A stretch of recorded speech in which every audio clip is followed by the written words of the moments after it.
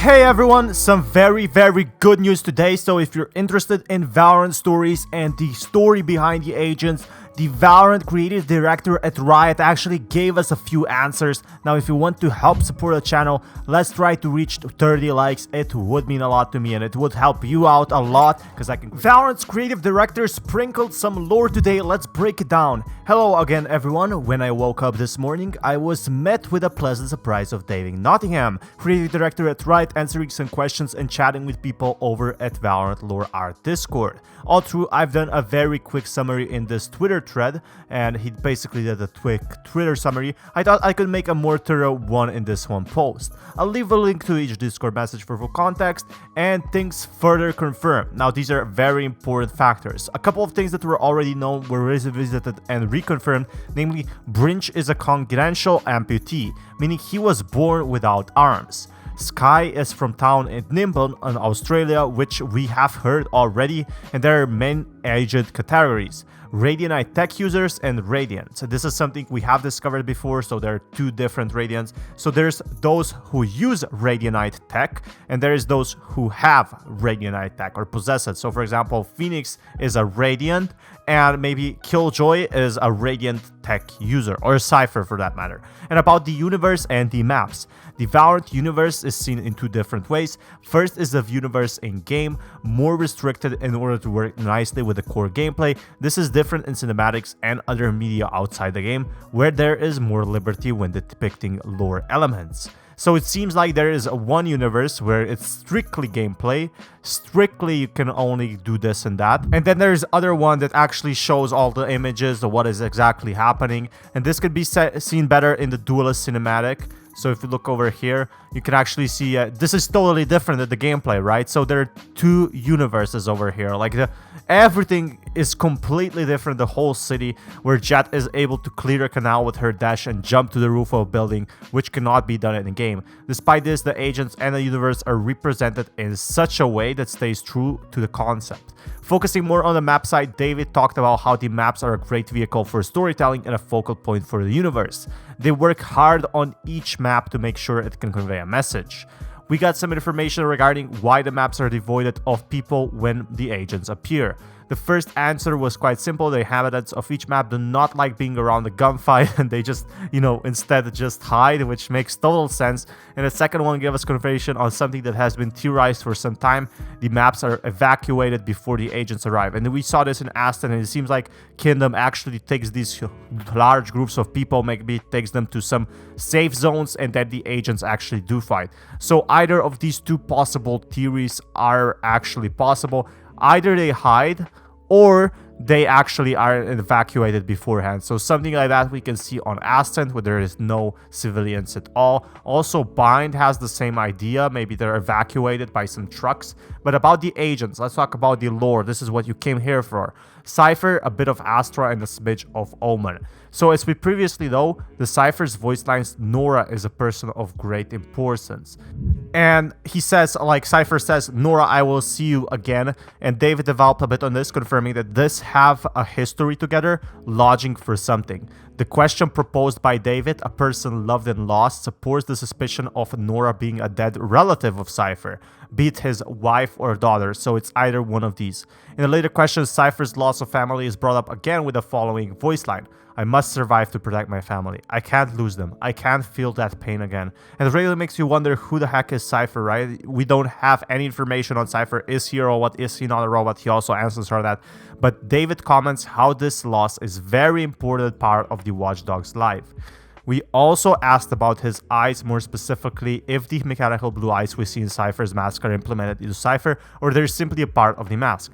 No concrete answer was given for this one, but David shared an extra drawing of Cypher without his mask, and this is like an art, and it seems like he's not a robot. So he looks really beautiful. But after joking about the motives, the Cypher in the drawing has to hide his face given how good he looks, which I 100% agree with. He mentioned that the Watchdog definitely has something to hide. Now, I guess to protect his family, he actually does have to wear a mask, so his family doesn't get threatened by Kingdom themselves, because we can see Cypher actually spreading propaganda. Between the previous two messages, David dropped the line, "Eyes are the window to the soul." and I really didn't understand this one. I'm unsure of how to interpret this, either a generic wisdom or relevant to the lore. I'll leave that up to y'all. Sprinkled in later is a message with more or less commentary that Cypher is a robot. David's answer was straight to the point, saying that Cypher is not a robot, and that really confused me because I always suspected that Cypher was some kind of robot, but it seems like it's not that. Moving on to Astra part, one of her voice lines reveals that she knows who Cypher is. Why, Cypher? Like you think I don't see you. I know who you are, man. And David commented how the Moroccan is a mystery and how Astra knows something not only about him but about other D agents as in her sketchbook. So Astra does know everything about the agents basically, and although we wanted to know more about the Ghanaian agent, David was quick to redirect the conversation to something else, telling us she will play a bigger lore in the lore, and it seems like we will be getting more lore pretty much soon. Yeah, I'm pretty hype about this, not gonna lie. There was also a comment about Omen, which only answer created more mystery surrounding the raid. What a surprise. So if you didn't know, Omen was actually kinda in this armor pieces. If he leaves the armor piece, he gets shattered to all the different information. It seems like Radiant actually did transform him into some form of a ghost, and the question was all that we want to know. What happened to Omen? The reply was short. It is a heavy question with a heavy answer.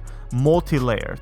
And it seems like Omen is multiple pieces of shadow of some sort. What does this mean? Unfortunately, I can only speculate, and this is out of scope of this breakdown.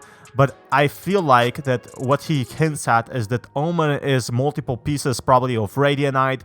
He probably got destroyed. He's like this layers of shadow, in my honest opinion. But I feel like we're gonna be hearing more about Omen in the future, so if you want more of that, be sure to subscribe for that. When speaking about the agent as a whole, we are reminded of the fact that all through the VALORANT protocol is a group. Each person with it has a mind of their own, which explains the hostility between some of them, and it seems like not all of the agents actually do get along. You can't get along with everyone in real life. Regarding Radiant, wherever there is a leak about lore, Radiant comes up, and this time was no exception. First was the confirmation that the tech in Valorant world is powered by Radiant. When asked about the possibility of having agent not as closely related to Radiant as the current ones, Radiant tech users and Radiants, David responded stating that the current narrative is largely focused on Radiant and there is no plan to change it as of right now. Okay, that is really interesting.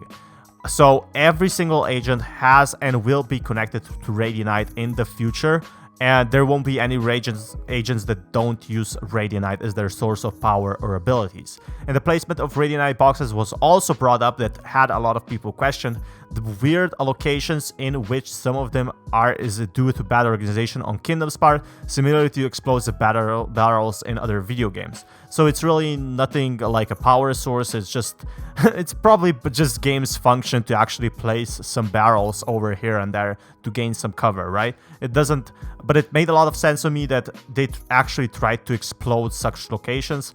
But a recurring topic in lore discussion is whether the ultimate orbs are canon, and this was also asked and the answer was not akin to not being irrelevant. So now you know the old orbs are just part of the gameplay and they don't mean anything. Okay, so on fan project, the great appreciation was shown to his fan art and creativity surrounding the agents in the universe, and David said although he can't assure Riot's green light of the Agents of Romance fan game, which you can learn about Cypher, he can't wait to play it.